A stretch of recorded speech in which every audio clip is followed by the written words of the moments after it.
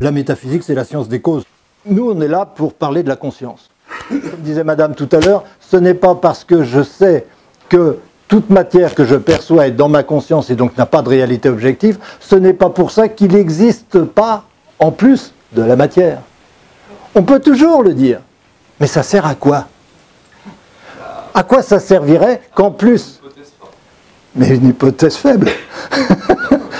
Ce serait une hypothèse absolument inutile.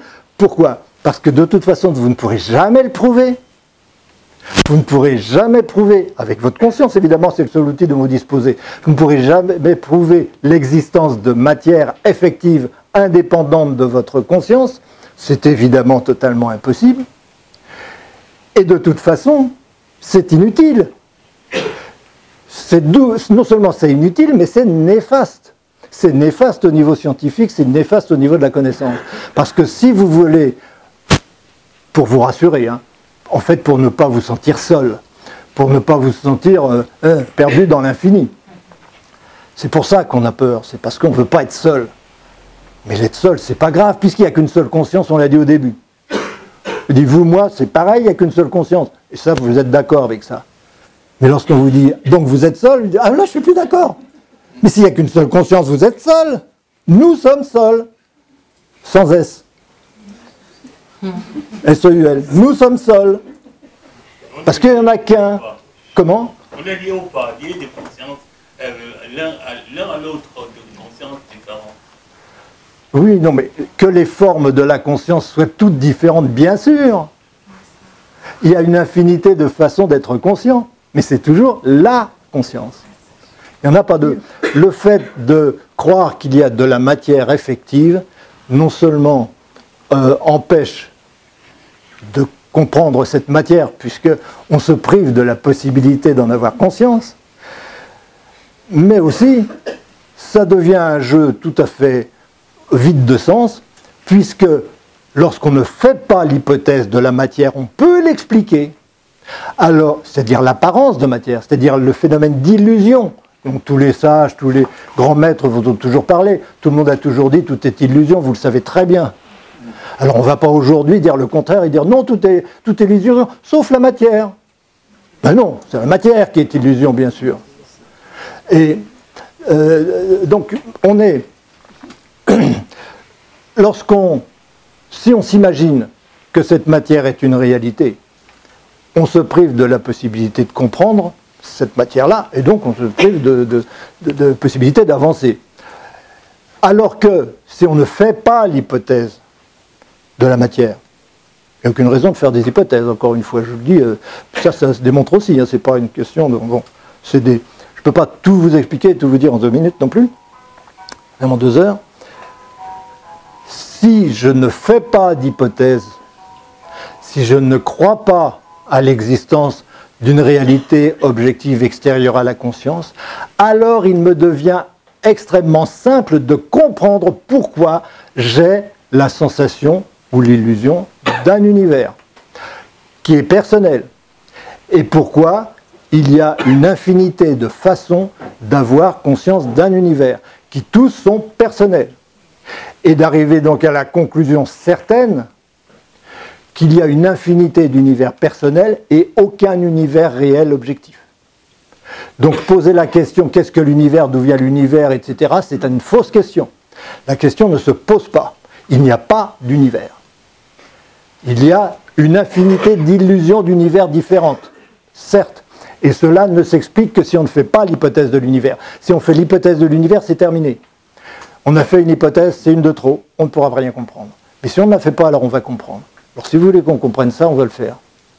Il y a, je veux dire il y a un phénomène, quelque chose, qui consiste à considérer qu'il y a des choses qui ne sont pas soi et qu'il y a soi au milieu.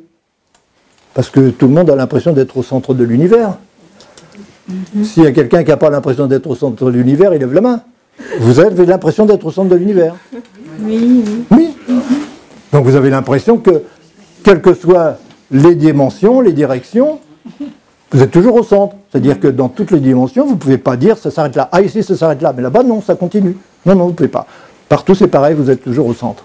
Donc la conscience, c'est le fait de se sentir au centre de quelque chose qui n'est pas du tout quelque chose, qui est l'infini. J'ai l'impression d'être le centre de l'infini, puisqu'il n'y a pas de limite. Je ne peux pas dire ça s'arrête là. Non, ça ne s'arrête pas. Où que je sois, je vais toujours dire je suis au centre de l'infini. Donc, j'ai fait un petit point au milieu et un grand rond autour. Bon, je figure l'infini comme je peux. Hein. Je ne vais pas vous faire un dessin infini, ce ne serait pas facile. On n'aurait peut-être pas le temps. Mais on a l'impression d'être au centre de l'infini. Alors qu'on n'est pas au centre de l'infini. Personne d'entre nous n'est au centre de l'infini. C'est pas vrai? Puisqu'on est tout. Donc vous êtes tout ça. On est d'accord? C'est de la pure logique, c'est de la pure évidence. Il n'y a pas à tourner autour du pot. Il n'y a pas de langue de bois à avoir. Je suis tout, j'ai l'impression de ne pas être tout. Ça, c'est la conscience. Le tout a l'impression de n'être rien. Le zéro au centre de l'infini. Curieux. Paradoxe. Ça, c'est un paradoxe, c'est clair. C'est pas parce que c'est un paradoxe que c'est un contradictoire.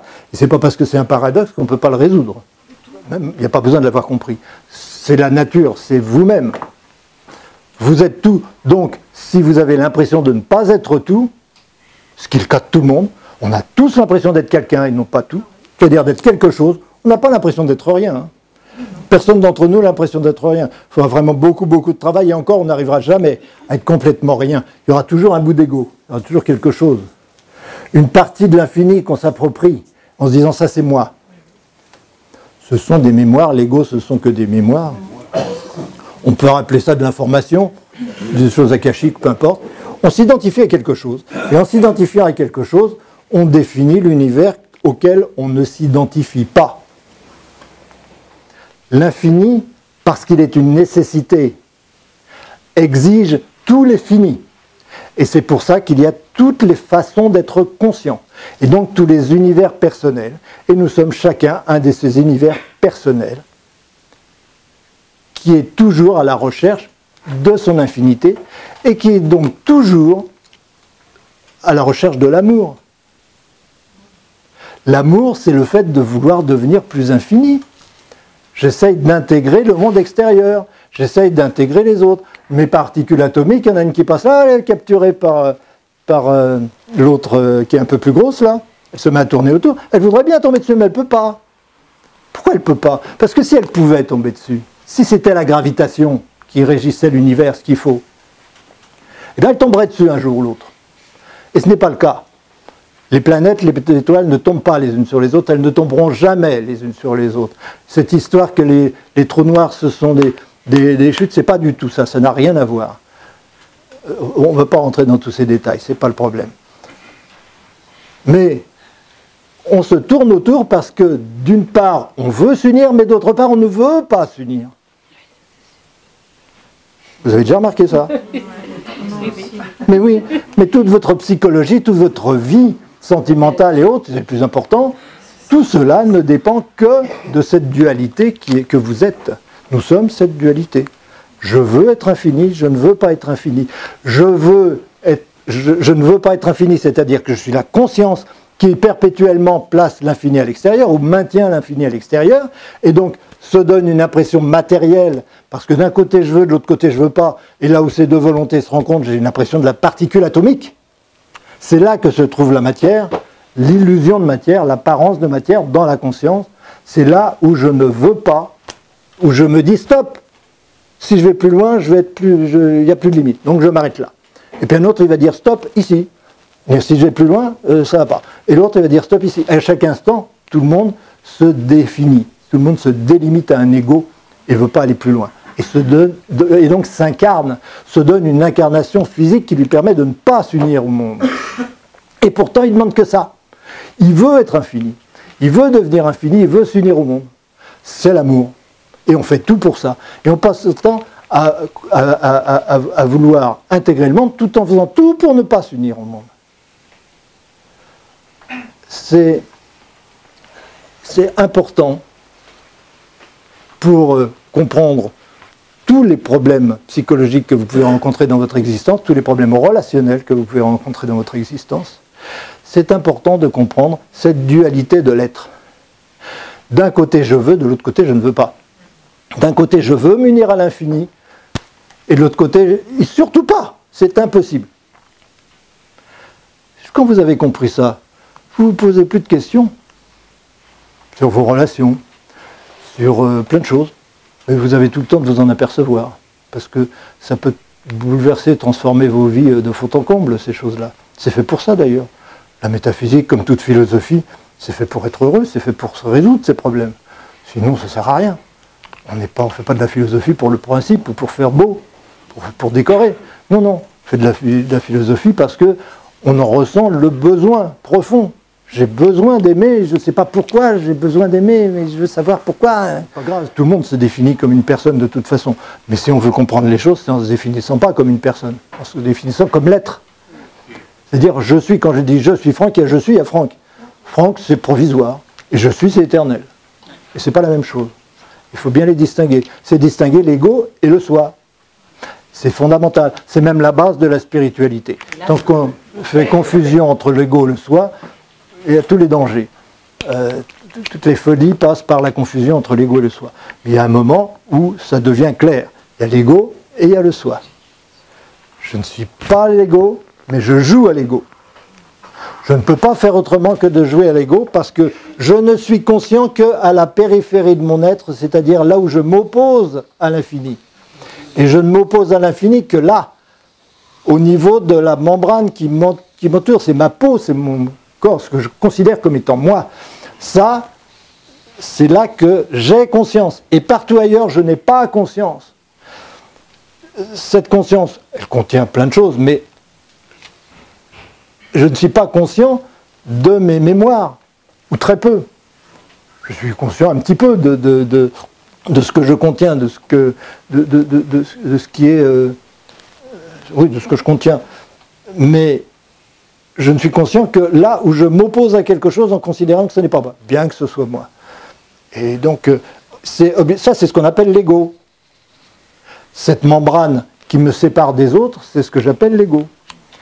Et il est absolument essentiel de ne pas s'identifier à cet ego. C'est essentiel. Je ne suis pas du tout cet ego, je suis tout. Je suis aussi bien mon subconscient, c'est-à-dire mes mémoires, ce que je contiens en tant qu'ego, que ce que je ne contiens pas encore en tant qu'ego, et qui est tout le reste des univers auxquels je ne me suis pas encore identifié.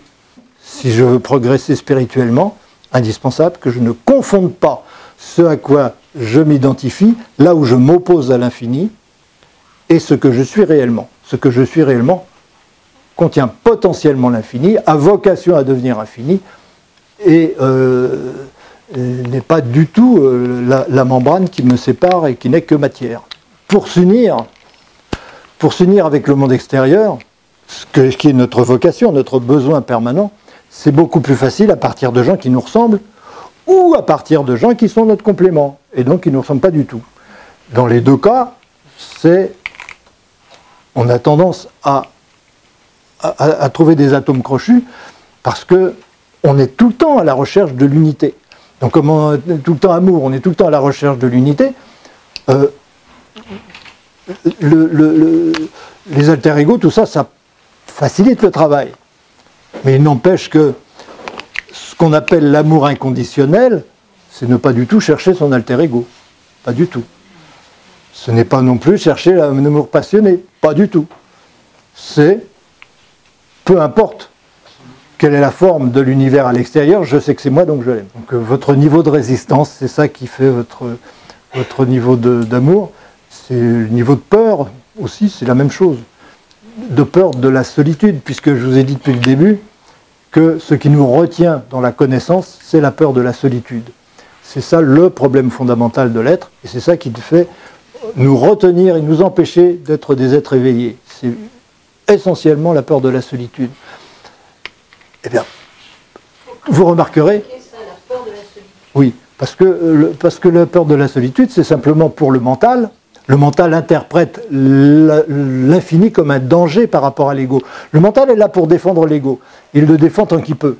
Il le défend par rapport à l'infini. Il ne veut pas changer. Il ne veut pas évoluer. Il fait tout pour freiner des cas de fer, le mental. Et donc, c'est pas pour ça qu'il est méchant, hein. Je ne dis rien contre le mental. On parle, donc c'est avec le mental qu'on parle. Même si l'inspiration n'est pas mentale. Mais les outils qu'on utilise sont mentaux. Le raisonnement, c'est mental, même si l'inspiration qui fait le raisonnement n'est pas mentale. Si vous voyez ce que je veux dire. Bref, le mental, il est là pour faire en sorte que cette personne-là existe. Parce qu'elle est nécessaire. Donc le mental va la défendre bec et ongle pour la maintenir en l'état et pour éviter qu'elle évolue. Parce que si elle évolue, lui, elle interprète ça comme une mort. Pour l'ego, changer, c'est mourir. Donc, le mental va tout faire pour éviter de changer. Donc, le mental va tout faire pour ne pas faire, pour protéger l'ego. C'est un peu notre garde-fou, c'est un peu ce qui nous empêche de devenir infini, c'est un peu ce qui nous pousse à maintenir ce rôle, ce jeu qui est indispensable à l'infini. Donc le mental a un rôle essentiel, c'est grâce à lui qu'on est tous là, c'est notre ego qui nous fait qu'on est différents les uns des autres, et s'il n'était pas là, bien nous serions en fusion totale, et donc nous serions infinis, il n'y aurait pas de limite, et donc nous ne serions pas, ce serait le néant. Mais le néant est impossible puisque l'infini est impossible, donc nous sommes séparés, et donc il y a le mental qui nous empêche d'être unis. Si vous arrivez à changer sans que votre ego soit froissé, ça veut dire qu'il est déjà changé. Donc on l'a équilibré. Que vous avez complètement détaché de votre ego. Vous ne pouvez pas. L'évolution sera toujours, il y a toujours une part de souffrance dans l'évolution. C'est pas possible autrement. Une fois qu'on l'a compris et qu'on s'est placé au-dessus, c'est-à-dire qu'on se reconnaît responsable de cette souffrance, on en est l'organisateur. Et on l'accepte et on trouve ça normal. Et on ne va pas s'en plaindre. Rien n'est indispensable. Tout peut être utile. Toutes les techniques peuvent être utiles. Aucune n'est indispensable. Il ne faut pas vous dire, si je passe par là, je vais y arriver, si je passe pas par là, je ne vais pas y arriver. Bon, le plus important, je reviens à la question de madame, c'est cette question de peur de la solitude. La métaphysique est la seule solution à cette peur. Il n'y en a pas d'autre. Je parle d'expérience d'ailleurs. Mais c'est comme ça. La métaphysique est, même si ce n'est pas automatique, hein, moi je suis très très loin d'avoir fini avec toute peur de la solitude, loin de là, très loin de là. Mais j'ai fait beaucoup de progrès par rapport à d'autres époques où je n'avais pas compris les choses. Justement, c'est une hérésie ce que vous pouvez dire par rapport à le fait de la peur de la solitude par rapport à l'ego, parce qu'au final, il va à contresens de ce qu'il dit en fait. Parce que si on prend conscience, on s'unit aussi. Oui. Parce qu'il y a détachement en fait de l'ego. Oui, mais jamais complètement. Il y a toujours une limite à laquelle vous vous heurtez. Et il y a toujours un moment où on ne veut pas aller plus loin. Regardez, prenez l'exemple d'un Bouddha ou d'un Jésus ou autre chose comme ça, qui sont nos exemples parce que ce sont ceux qui ont le plus accepté la solitude, justement. Le plus accepté la souffrance et la solitude en disant c'est moi le responsable de l'univers, c'est moi qui suis le créateur de l'univers, je ne peux pas être plus seul que si je suis responsable. C'est pour ça que toutes les actions que nous vivons dans le quotidien et qui nous font évoluer sont des expériences qui nous confrontent à la solitude. La guerre, le fait d'avoir le pouvoir, d'avoir des décisions à prendre en étant chef d'entreprise ou des choses comme ça. Le sport, on est là, on est tout seul, le ballon arrive, il faut décider, est-ce que je l'envoie à droite, est-ce que je l'envoie à gauche? Si je l'envoie à droite, peut-être que mon équipe va gagner, si je l'envoie à gauche, peut-être qu'elle va perdre. Je suis seul face à cette décision. Et tous les jours, l'amour aussi, tous les jours, j'ai des expériences qui me confrontent à la solitude, et ce sont les choses importantes qui me font évoluer. Parce que c'est en fonction de ma réaction, de mon attitude à ce moment-là. Est-ce que j'accepte de me reconnaître responsable, seul responsable de mon destin, de l'avenir Pour un homme politique, c'est terrible. Il peut dire, je prends cette décision, il y a peut-être 10 000 personnes qui vont mourir à cause de cette décision. Est-ce que je dois prendre l'autre décision? Ça, c'est se confronter à la solitude. Et chaque fois qu'on a la possibilité de se confronter à ce genre de choses, on progresse. Et chaque fois qu'on fuit ça, on ne progresse pas. Mes relations avec le monde sont plus ou moins dictées par l'identification à l'ego, plus ou moins. C'est-à-dire que des fois, monsieur le disait d'ailleurs, il y a des personnes, à un moment, elles veulent être très dans l'ego, et puis d'autres moments, pas du tout. Et pour certaines choses, elles vont être dans l'ego, et pour d'autres, elles ne vont pas l'être. Mais ça, c'est inévitable. Et la première application que je vous propose, c'est, puisqu'on a compris qu'on passe tous notre temps à chercher à s'aimer sans jamais y arriver, parce que quand